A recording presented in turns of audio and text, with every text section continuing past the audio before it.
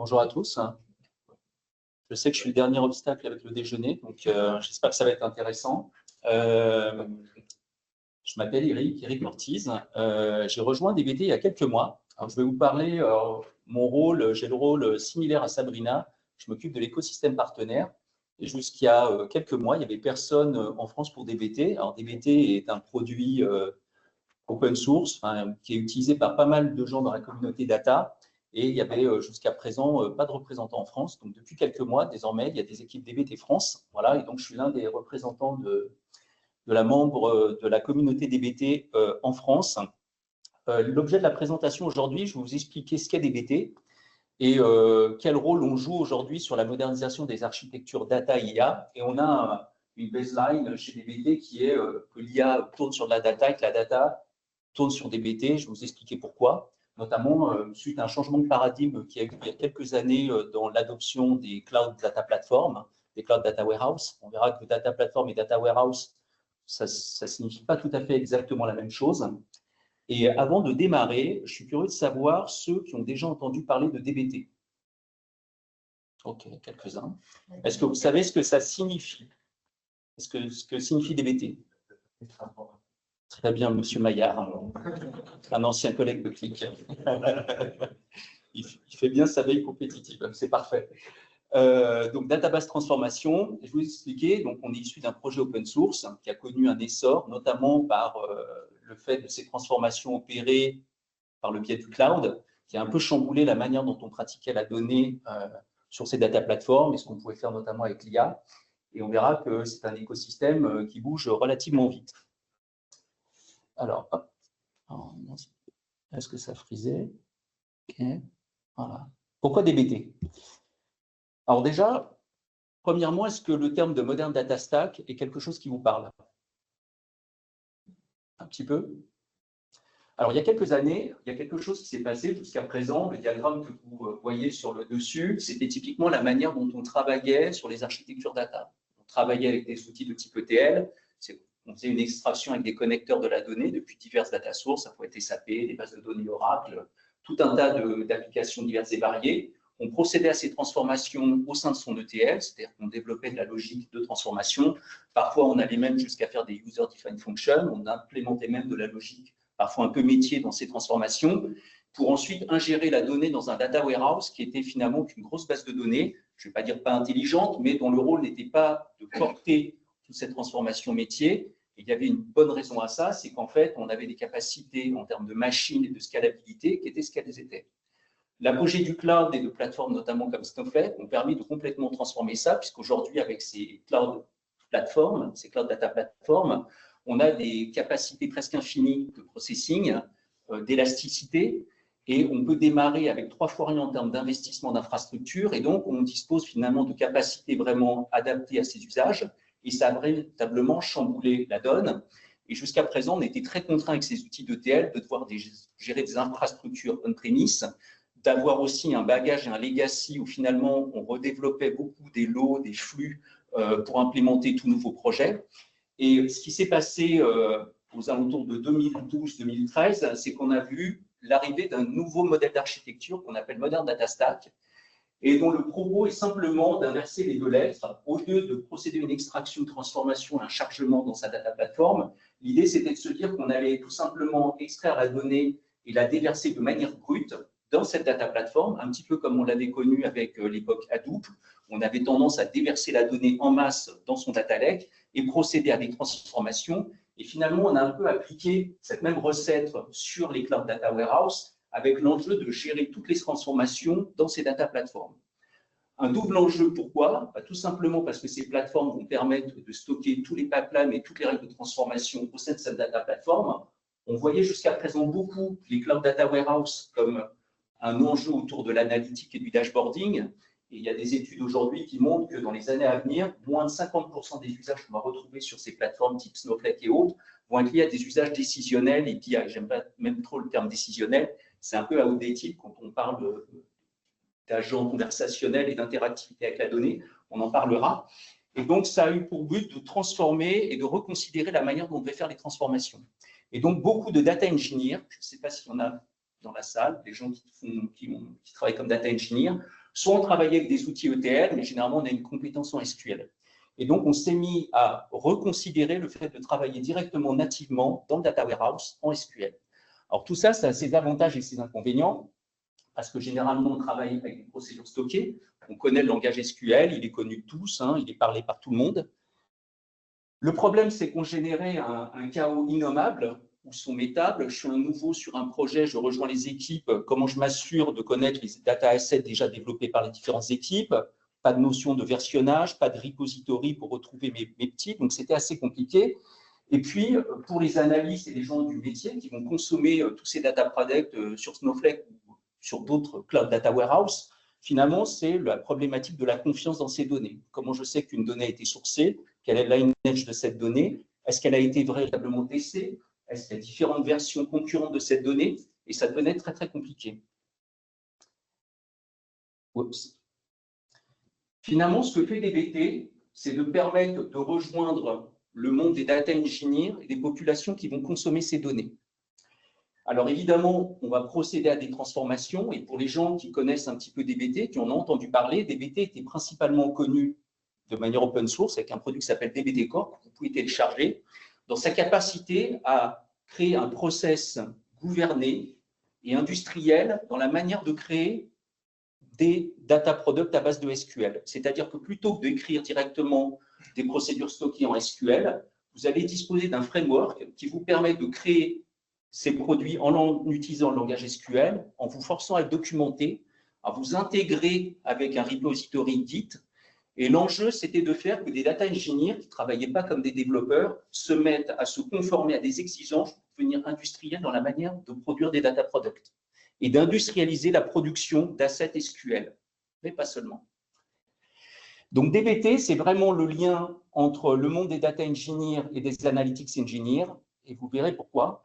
Et notre fondateur, donc en 2016, à la base DBT, c'était une société de services qui se rend compte que dans tous les projets qui sont amenés à conduire, ils se retrouvent face au même chantier, c'est-à-dire comment industrialiser le code SQL, comment assurer une gouvernance et un process industriel pour produire tout ça. Et donc, il se met à dire, finalement, on devrait tous travailler comme des data engineers, voilà, et retourner sur le règne du code et d'utiliser les bonnes pratiques du monde du développement. Et il a commencé à théoriser un concept autour de ce qu'on appelle l'Analytics Development Lifecycle, où on va être capable de gérer une chaîne de développement complète en tant que data engineer intégrée, c'est-à-dire en se connectant sur un repository Git, en ayant une chaîne d'intégration CI/CD où tous mes environnements sont gérés en cascade, s'assurer qu'il y ait des tests de non-régression appliqués sur l'ensemble des data products que je release, d'avoir le sourcing de l'ensemble de ces data products, de savoir s'ils ont été testés, et pourquoi pas d'offrir un cockpit complet au métier qui aille au-delà de la transformation. Pour ceux qui connaissent DBT Core, c'est avant tout un framework qui semble ultra rudimentaire puisqu'on passe d'un outil en ligne de commande, mais qui vous permet d'industrialiser tout ce code et de le produire. DBT Cloud, la licence commerciale derrière ce projet open source, va un petit peu au-delà et c'est ce dont je vais vous parler. Alors, c'est devenu un standard pour la data transformation à tel point qu'il a été énormément poussé par les grands offreurs de data platform du marché. Je pense en particulier à Snowflake et à Databricks. 2 ou 3 années consécutives, DBT a été élu partenaire technologique de l'année par Snowflake au niveau mondial.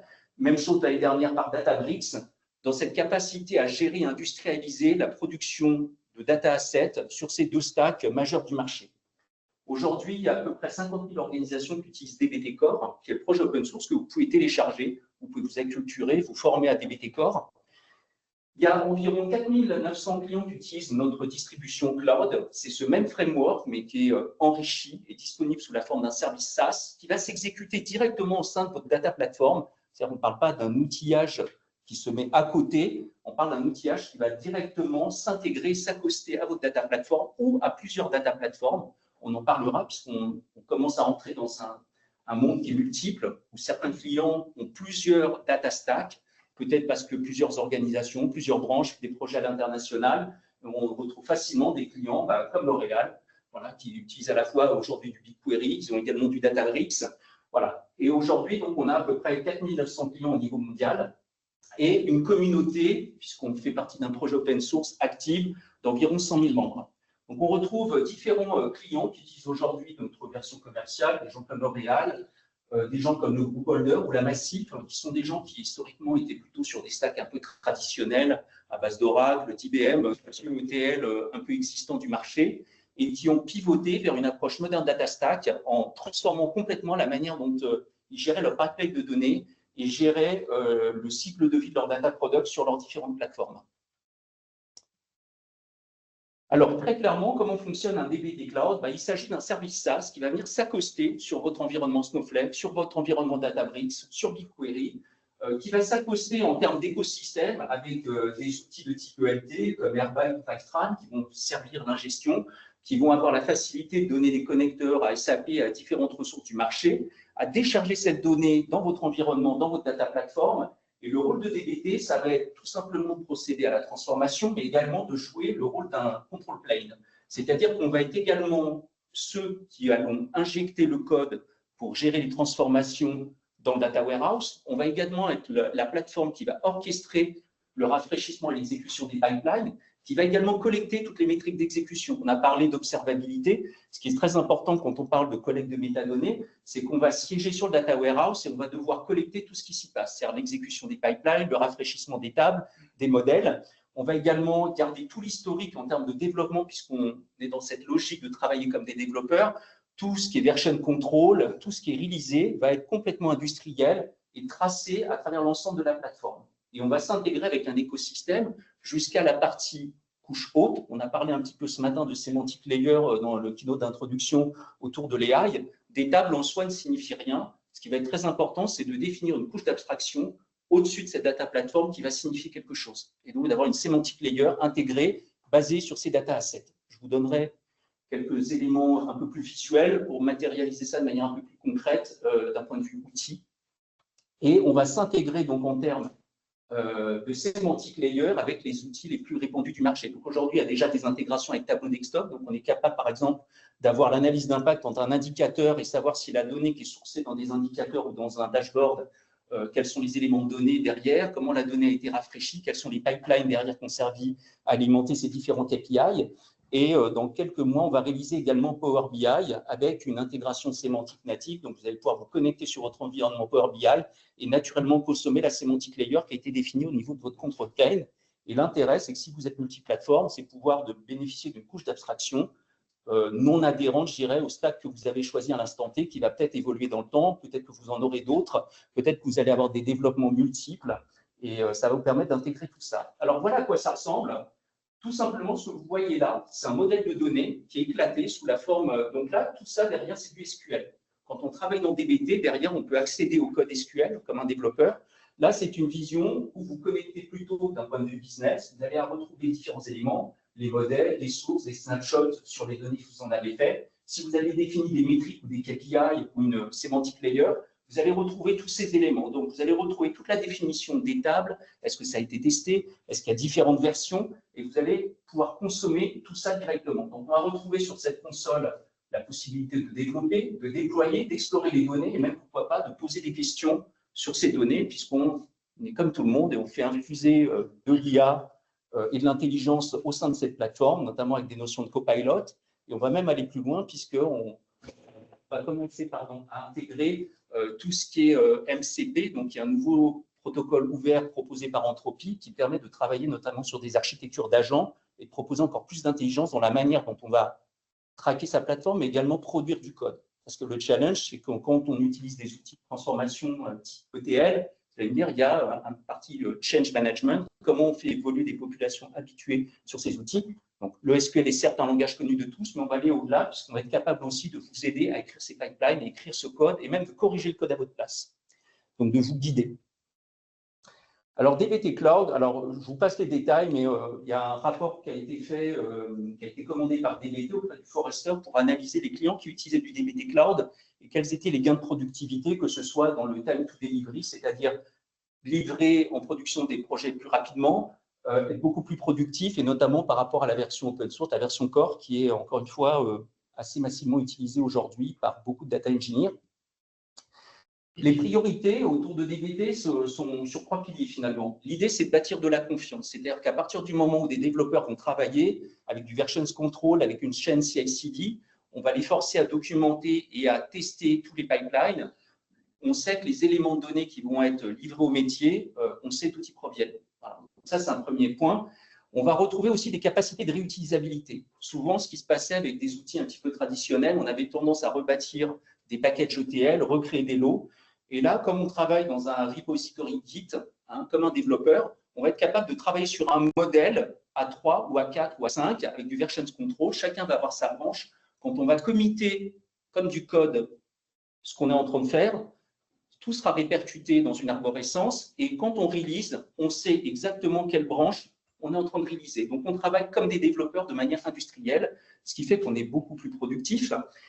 Également, on va être capable de faire ce qu'on appelle des références, c'est-à-dire plutôt de dupliquer des tables ou de dupliquer des pipelines. On va être capable de se référer à des data elements avec des notions de mesh, c'est-à-dire que si je travaille sur des éléments de données clients, je n'ai pas besoin de recréer un pipeline, je peux faire juste un refer to et je vais tout simplement créer un maillage de références pour hériter d'un modèle, ce qui me permet un petit peu comme si j'étais dans le monde du développement, de faire des références de classe, pour ceux qui ont déjà fait du développement. Et finalement, ça va vous permettre de gagner en productivité pour rebâtir des modèles.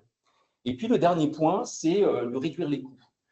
En fait, DBT aujourd'hui est beaucoup poussé, notamment par Snowflake, notamment par la capacité à pouvoir optimiser la consommation. Voilà, c'est un enjeu majeur. On a parlé un petit peu tout à l'heure de FinOps et comment on remet une notion de coût, puisqu'on parle de la donnée comme un produit, combien ça coûte de produire une donnée.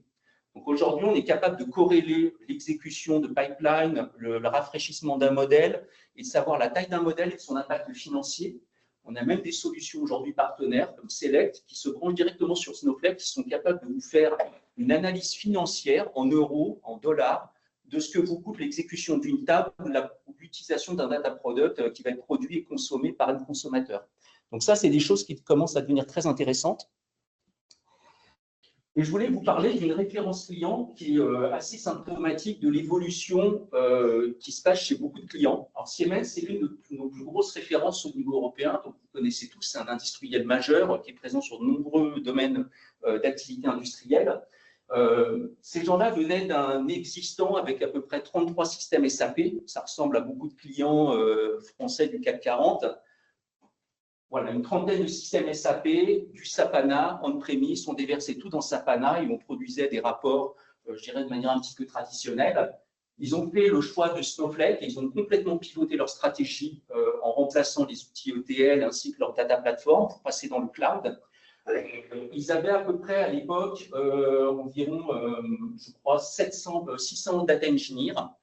Donc le projet a été lancé en 1 an et demi. Ils ont migré à peu près 700 projets analytiques et onboardé 600 data engineers qui travaillaient de manière un peu plus conventionnelle. Ça s'est fait dans un espace d'1 an et demi avec des gains assez majeurs puisqu'ils ont réduit notamment les temps de chargement et d'exécution de rafraîchissement sur leur data platform, donc de manière extrêmement significative.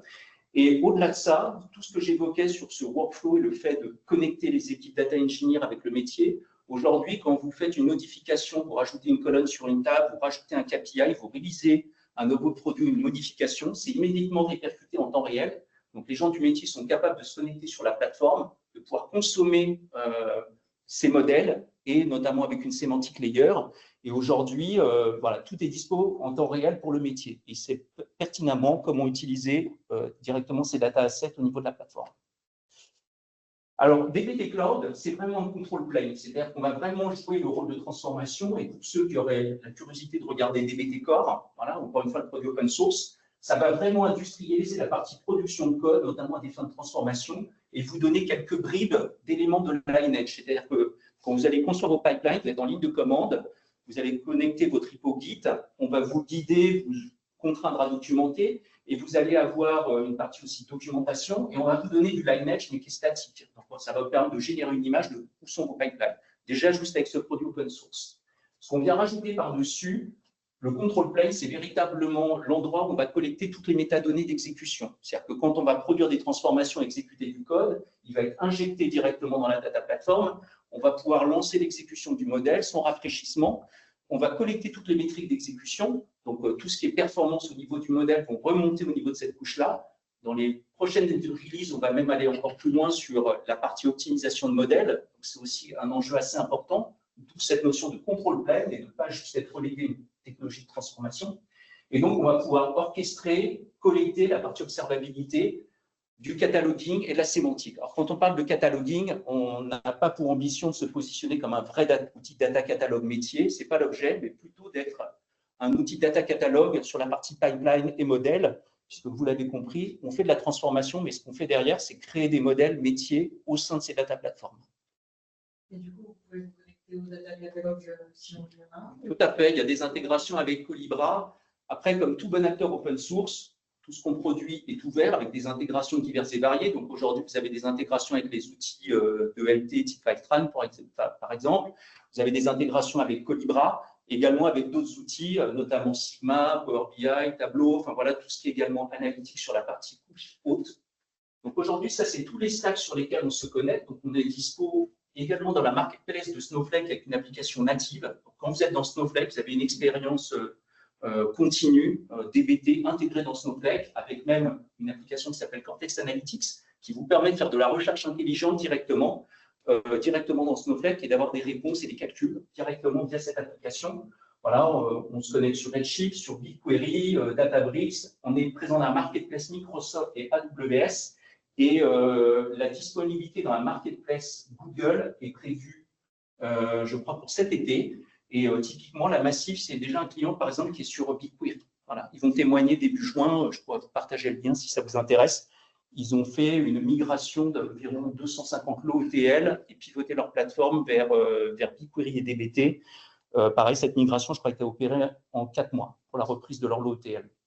Alors, DBT Cloud, par rapport à DBT Core, qu'est-ce qu'on propose? On propose du design mesh, c'est-à-dire une approche par domaine. C'est-à-dire que vous allez pouvoir modéliser et créer avec du code. Mais si vous n'avez pas envie de faire de code, je vais vous montrer, il est possible de faire autrement. Vous allez retrouver cet Explorer dont je vous ai montré la capture d'écran, une partie sémantique layer qui est en train de se développer aujourd'hui, qui reste assez simple, mais qui va évoluer dans le temps.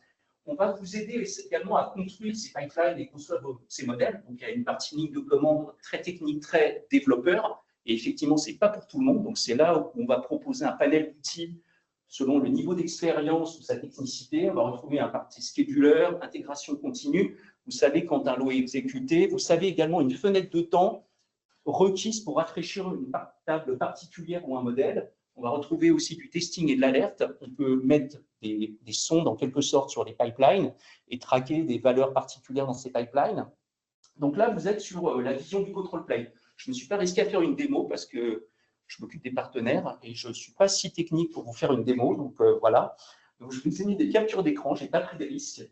Donc là, vous avez en fait la vision sur la page d'accueil. Vous allez retrouver tous vos projets, vos modèles. Et vous pouvez voir que vous avez tous vos projets. Vous avez des indicateurs de couleur pour vous dire quand est-ce qu'ils ont été exécutés pour la dernière fois, le nombre de modèles contenus dans ces projets, le nombre de data sources. Vous savez s'ils ont été testés ou pas. Et donc, vous avez une vision cockpit dès que vous vous connectez et on vous propose de naviguer dans ces modèles. Donc, première chose, vous allez pouvoir naviguer dans un modèle, par exemple dans un modèle data analytics, vous allez retrouver l'ensemble des modèles contenus, des data sources, l'ensemble des tests réalisés. Les exposures, ce sont ces passerelles vers les outils décisionnels. Donc, vous allez pouvoir modéliser l'intégration avec les outils décisionnels. Vous allez pouvoir définir des groupes pour regrouper les éléments, des métriques, des KPI, une couche de sémantique et tout un tas d'autres choses. Et automatiquement, quand vous sélectionnez un modèle, vous savez s'il a été testé et apparemment, il y a un problème de test. Un test de non-régression, il y a peut-être des valeurs qui ne sont pas bonnes. Vous allez pouvoir aussi générer automatiquement des tests. Ça, c'est un point intéressant, notamment à l'aide de l'IA. Là, vous allez pouvoir naviguer et voir le lineage complet de ce modèle. Donc, pareil, même information, vous allez retrouver donc c'était la capture d'écran de tout à l'heure, vous retrouvez le langage utilisé, les vues matérialisées, vous savez s'il y a des tags, vous savez quand est-ce que ça a été exécuté, donc vous retrouvez toutes ces informations-là. Et vous allez pouvoir aller jusqu'à la partie sémantique, où là, vous allez commencer à définir ce modèle sémantique de type order et définir toutes vos règles de calcul. Même chose, vous allez pouvoir être guidé là-dedans. Je vais vous montrer ça dans quelques instants avec une petite vidéo, toujours zéro prise de risque. J'ai trop eu l'effet démo par le passé. Et vous remarquerez qu'à tout moment, vous avez la possibilité d'ouvrir dans le studio. Et ouvrir dans le studio, ça vous permet, si vous êtes développeur, d'ouvrir le projet dans la vue précise en code SQL avec le bon endroit, le bon contexte, ou directement dans la partie outils visuels. On va voir ça jusqu'après dans la partie développement. Donc, l'expérience par défaut, quand on est un développeur DBT et qu'on démarre en version open source, on est confronté à ça. Alors ça fait peur aux gens du métier. Pour un développeur, il adore, et je pense que vous allez même trouver des développeurs qui vont dire « moi j'adore DBT Core et je ne pourrais pas travailler autrement qu'avec une ligne de commande ». Donc ça, c'est l'expérience que vous avez quand vous travaillez en mode open source, et vous avez la possibilité de profiter de ça sans interface terminale, mais directement intégré en mode web. Donc c'est-à-dire que vous pouvez profiter de la même expérience si vous êtes développeur directement dans une page web. Vous allez retrouver ensuite un IDE qui est un petit peu plus évolué, c'est-à-dire certes, vous êtes toujours en code SQL, mais vous avez également une partie visuelle qui vous indique le pipeline, c'est-à-dire que vous avez un mix entre le visuel et la partie code. Et même quand vous avez des outils visuels comme le Designer, qui est un éditeur low-code qui a été introduit il y a maintenant, je crois, un peu moins d'un an dans la partie cloud, dans la partie DBT Cloud, vous avez la possibilité d'avoir un système avec des boîtes, et derrière, si vous demandez à voir le code, vous allez retrouver exactement la même chose. C'est-à-dire c'est bidirectionnel et complètement synchronisé. Ce n'est pas parce que vous utilisez un générateur de code que derrière, vous ne pouvez pas retoucher le code. Ça va retoucher, si je génère ça avec l'élément visuel, avec l'outil low-code, no-code, le code derrière, si j'altère ce code-là, ça va se répercuter sur la partie visuelle de l'autre côté. Même chose, vous avez dû noter, tout ça est boosté sous stéroïde à base d'IA, c'est-à-dire que vous allez retrouver un copilote qui va vous aider à réaliser un certain nombre de tâches. Même si vous êtes extrêmement aguerri en code SQL, même si l'outil visuel est plutôt simple à utiliser, vous allez pouvoir demander de l'assistance directement. Là, on est sur une partie plus opération et technique. Vous allez retrouver le scheduler. Encore une fois, on est sur un control plane. C'est-à-dire que oui, on crée des modèles, on injecte du code, on fait de la transfo, mais on va également collecter toutes les méthodes d'exécution et déployer les projets. Donc, vous allez avoir l'intégration Git. On va pouvoir exécuter les modèles. Vous retrouvez un environnement de production, donc vous allez pouvoir gérer en séquence vos différents environnements d'intégration. Et puis là, ce que vous avez, c'est le modèle timing. Vous savez quel temps va prendre pour rafraîchir un modèle ou un morceau d'un modèle. Ça vous permet également de gérer le fenêtrage et optimiser les temps de rafraîchissement pour des modèles peut-être très très gros en fonction de vos contraintes. Est-ce que vous avez besoin d'avoir une donnée rafraîchie à l'heure? Peut-être qu'il va falloir rafraîchir ces modèles partiellement ou voilà, de manière granulaire. Vous allez pouvoir voir tout ça. Donc, vous avez une vue complète. Encore une fois, on est la tour de contrôle, on s'appuie sur Snowflake, on n'est pas le moteur d'exécution, mais on va contrôler tout le workflow et donner une vue exhaustive et consolidée. Alors, pourquoi les besoins DBT? Le développeur va y trouver son compte. L'approche modulaire, je peux réutiliser des data assets, c'est-à-dire que je me connecte sur un modèle, je sais qu'un modèle client a déjà été produit par quelqu'un, je sais qu'il est en version 3, je sais que lui, il est en train de travailler sur une branche et de procéder à des modifications. Je sais ce qui est en train de se passer sur un modèle. Donc, je peux retourner dessus, savoir ce qui se passe. Je peux réutiliser des éléments de ce modèle qui ont été trustés, testés. J'ai la partie version control. Je peux aussi avoir des alertes. J'ai du lineage au niveau colonne. Donc, c'est-à-dire que je suis vraiment outillé pour faire du troubleshooting d'un point de vue data engineering. Et on peut travailler en mode domaine. Ça, c'est l'approche mesh. Aujourd'hui, on sait faire du mesh multi-domaine sur le même stack. Et c'est censé sortir en 2025, on va pouvoir faire du mesh multiplateforme, c'est-à-dire d'avoir des modèles avec des références qui siègent sur plusieurs data stacks. Rien ne vous empêche, sur la console que je vous ai montrée, il y a plusieurs projets. Il y a un projet Databricks et un projet Snowflake sur cette console. En revanche, on n'est pas capable aujourd'hui à l'instant T de faire des références entre ces deux projets, mais c'est prévu dans le futur. Donc cette approche mesh va être très importante. On va retrouver donc l'aspect test, on va retrouver la partie métrique, et puis surtout d'avoir la garantie que l'information qui m'est sourcée en tant que métier, en tant qu'analyste engineer, de pouvoir s'assurer de la qualité des éléments qui m'ont été donnés. Alors, je voulais juste vous illustrer un petit peu d'IA, parce que je crois qu'on en a pas mal parlé aujourd'hui, que c'est un peu dans le thème du moment, donc on ne déroge pas à la règle, on fait comme tout le monde. Et ça fait déjà un petit moment qu'on a intégré l'IA. Alors, je vais lancer une petite vidéo qui est courte, qui fait juste 2 minutes. Là, vous avez la vision code. Je ne vous ai pas montré ça tout à l'heure, mais vous voyez, vous êtes dans la même interface. Et là, c'est un développeur qui a ouvert ça. Et vous allez retrouver du code. Et vous avez la notion de repository Git. Et tout ça, c'est intégré. Donc, imaginez que c'est un développeur. Ce n'est pas quelqu'un du business, mais vous pourriez avoir tout à fait une autre vue au niveau de la console. Alors, je vais juste vous montrer la vidéo est commentée. Alors là, ce qui va se passer, c'est que la personne est en train de dérouler le code.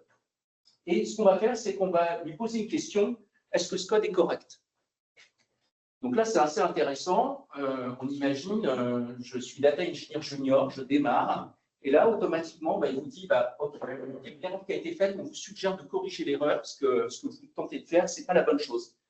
Là, c'est un petit peu différent, ce n'est pas une correction d'erreur. L'idée, c'est de générer une catégorie. Donc là, par exemple, on va vous proposer tout simplement d'aller définir une classification et de générer un code pour ça. Et donc, vous êtes assisté.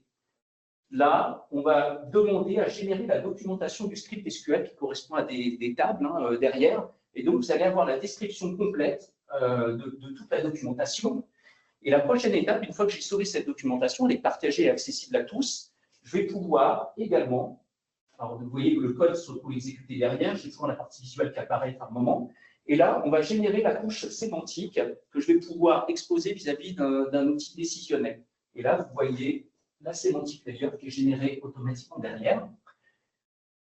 Maintenant qu'on a fait ça, vous allez voir, on va basculer sur autre chose. On va vous montrer la partie interrogation et notamment, on va basculer dans une vue qui est dans une vue Snowflake puisque le projet là est utilisé sur un stack Snowflake. Là, c'est autre chose. Là, on vous a montré la génération du test. Donc, pareil, on peut demander à générer automatiquement un test et on peut se faire aider du Copilot et de l'IA. Et là, ce qu'on va vous montrer, voilà, j'avais oublié cette partie-là, on vous illustre le fait d'utiliser également l'IA dans le système à boîte. Donc là, vous avez deux entrées de type table, vous allez créer une formule entre les deux. Et pareil, vous n'êtes pas obligé de connaître la syntaxe précise SQL pour le faire. On va vous générer tout ça et ça va générer le code. Alors là, ce que vous voyez là, c'est le DBT for Snowflake, donc c'est Cortex Analytics. Là, ni plus ni moins, j'interroge la plateforme. Souvenez-vous qu'on n'est pas le socle d'exécution data, c'est-à-dire qu'en fait, on lance un ordre, on exécute la requête et on récupère les éléments de la requête. Voilà, on a encore une fois cette control tower, ce control plane au-dessus de la data platform. Alors, oups, voilà, non, c'est pas ce que je voulais faire. Voilà.